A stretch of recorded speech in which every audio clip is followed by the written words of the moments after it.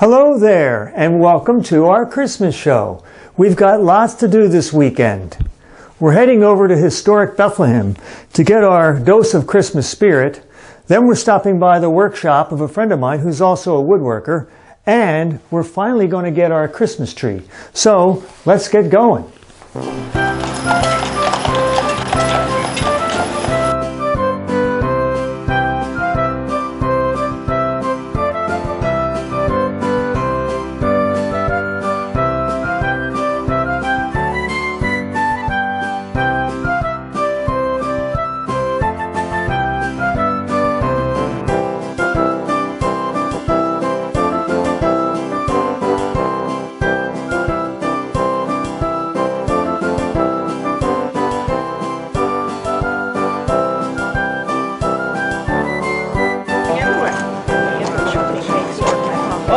What a good boy. How wonderful. Isn't that awesome? I like this guy. How much are these? Welcome.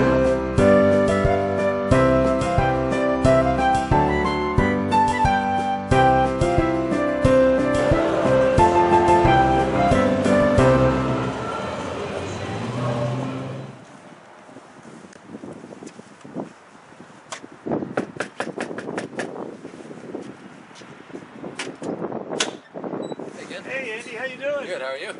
Good to see you again. Yeah.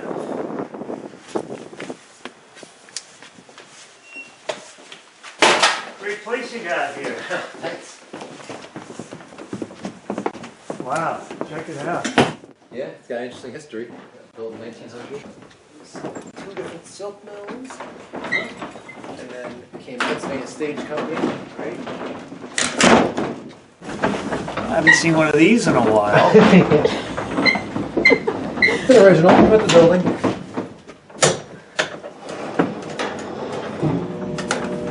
How long you been here?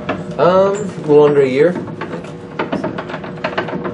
Yeah, so I moved in March of last year, and it's December, so yeah, like 9 months. And what was this building used for before you came here? It was originally a silk mill, built in 1900, and then I think it had its life as two different silk mills, eventually becoming Pennsylvania Stage Company in the 70s, and then, you know, disbanded in the late 80s, and then the current building owner bought it then, and it's been a workplace ever since.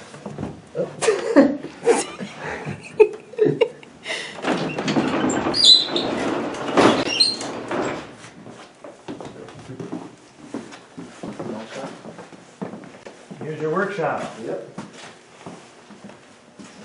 Neat. Lots of light. Thanks. Yeah. It's, Quite a place. thanks. Thanks. So what kind of stuff do you do here? Well, I like to say I make functional things because it varies from furniture to just various home items involving woodworking, and I'm doing a lot more with concrete now too. So, but I like to think everything I make is functional in some way. So and a lot of it depends on what the client brings to me too. What would you consider? What would you call your style of design in furniture? I'd say I'm mostly influenced by the mid-century modern. Mid-century modern. Okay. Now, I know you do a lot of commission stuff. You know, custom work. Yeah. Do you try to work in your own particular design style, or you let the customer lead the way, or do you do a little bit of both? It's always a bit of both, because obviously when you're doing custom work, you're listening to the client about 60% of the time, and then speaking 40, you know, or somewhere around that percentage. Always want to get the client to tell you what they want the most. But the reason why I got into this, why I got into making things, was designing it. So the jobs that I like to take have a lot of it left up to me, you know, and those are the ones that I feel the best about, and the reason why I do it. And what is the range of types of furniture that you make? It's ranged from, you know, coffee tables. Currently, I'm working on a dining table. A lot of some storage. A lot of things for retail spaces, things like that. What was your most challenging customer project? I think it's always the current one. Okay, of course. But Yeah, right now this dining table I'm making has been just, a bunch of unforeseen difficulties with it. But it's one of those things where the more difficulties, the more fun it is in the end to see it through and to know you had to do it and it came along. So, so probably currently this dining table is the most challenging. I see. Now, as far as getting into woodworking, I know you studied in Europe. Tell me about that. Where did you go?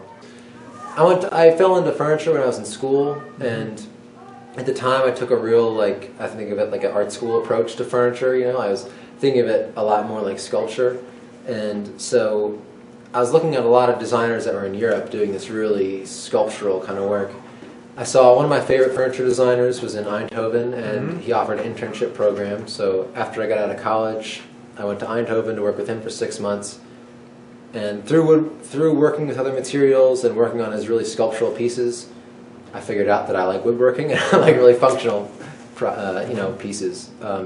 Which is not to say that I had a bad experience. It was a hugely formative experience. It was great. It was just one of those things where I learned who I was or what I wanted to do. So a little self-discovery there in the process. The most unexpected one. Unexpected one. Now, you told me before you work a lot with recycled wood or wood that is reclaimed. Yeah. Where do you get that? A lot of the wood I get is bleacher boards. So every summer, high schools and middle schools, elementary schools are getting rid of their old wooden bleachers that were usually put in 40s, 50s, and 60s. Luckily, I have some friends that's what they do for work in the summer is they just take down these bleachers and put the new ones up. So they let me know when there's, a gym full of bleachers to grab. So I'll go fit as many as I can in my pickup truck. Yeah. Interesting. So. Well, really neat. It's nice to know that we've got a craftsman, 4 blocks away from us here where we live. I know you're busy this time of year. So thanks for having us over here. Of course, thanks for coming. And we've got just enough time to race out and get our Christmas tree. We usually chop one down, but this time we're going to one of those corner places and getting a tree. So a break in tradition, huh? A break in tradition indeed. So anyway, thanks again. Of course. And Merry Christmas. Merry Christmas to you too.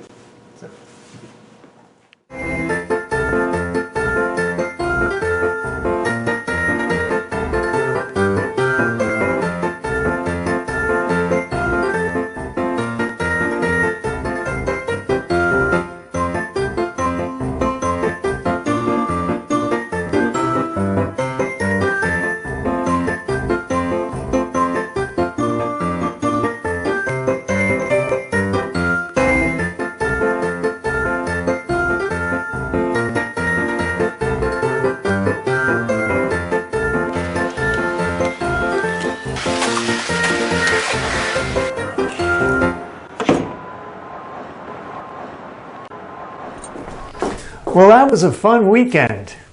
And now it's on to making our annual tree ornament disc. This is the trunk from last year's tree, and I'm going to cut a disc off from it and turn it into a tree ornament for our 2015 Christmas tree. So I've already made one bias cut here, and now I'm going to cut a disc from it. Secure this in my vise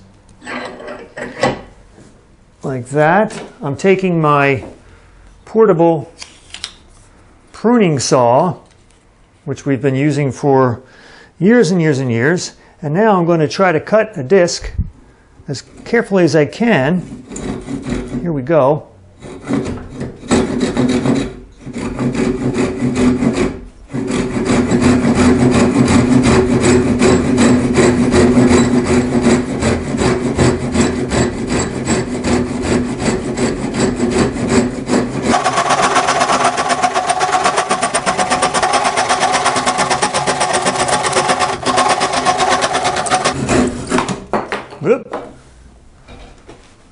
Oh, there we go. And now it's off to the belt sander. Okay, I've belt sanded the disc, made it nice and thin and nice and smooth and flat. I finished sanded to about 180. So now I'm ready to burn the numbers. I transferred the date onto the disc like I did last year. And now I'm going to use my soldering iron to burn the numbers.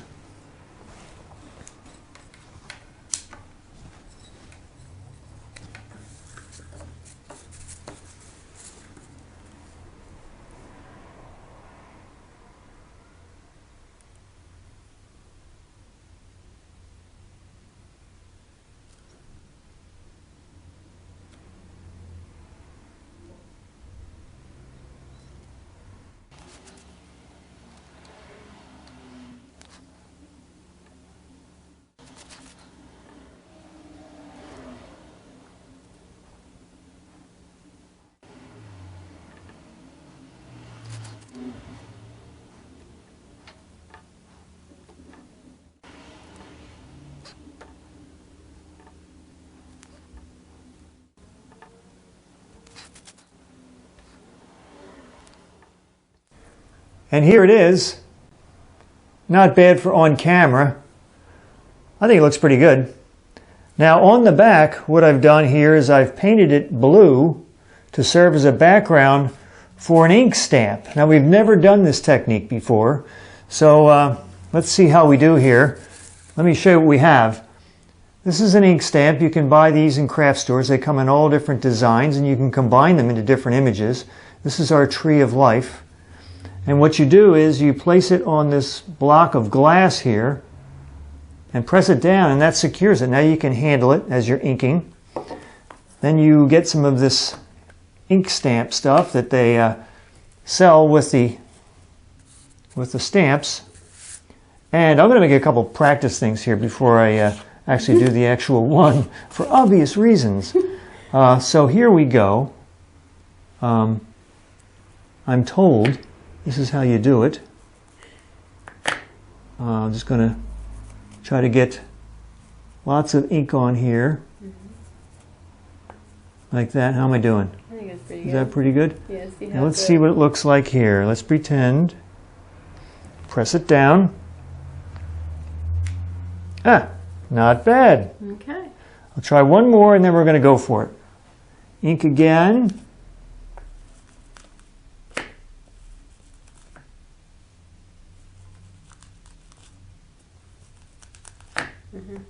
Uh-huh. Okay, she says uh-huh.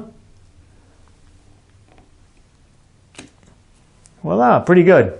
Good. All right. Now we're going to go for it. That is what I want there, right? Yes, okay. Ink this up really good. Ink here. Ink there. Ink here. I want a little more in the center.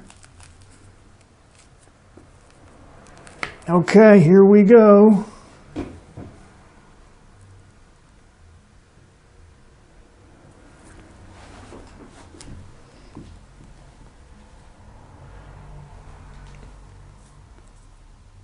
Ah, not bad. Not bad. Not half bad. Huh, I was worried about this. And so were you.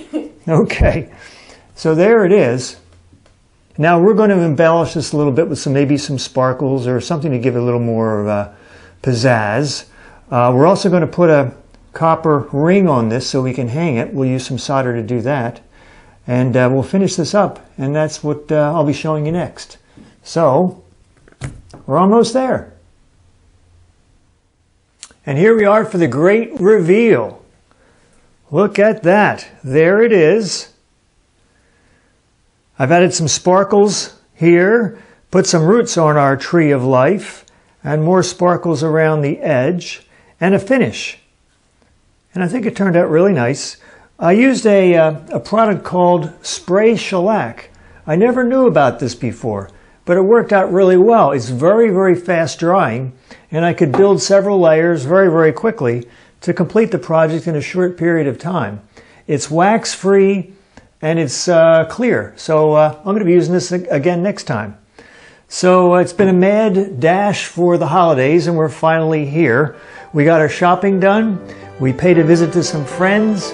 We got our Christmas tree, we finished up this disc, and we've completed our 2015 Christmas show for all of you. So, Joni and I would both like to wish you a very, very Merry Christmas and a Happy New Year.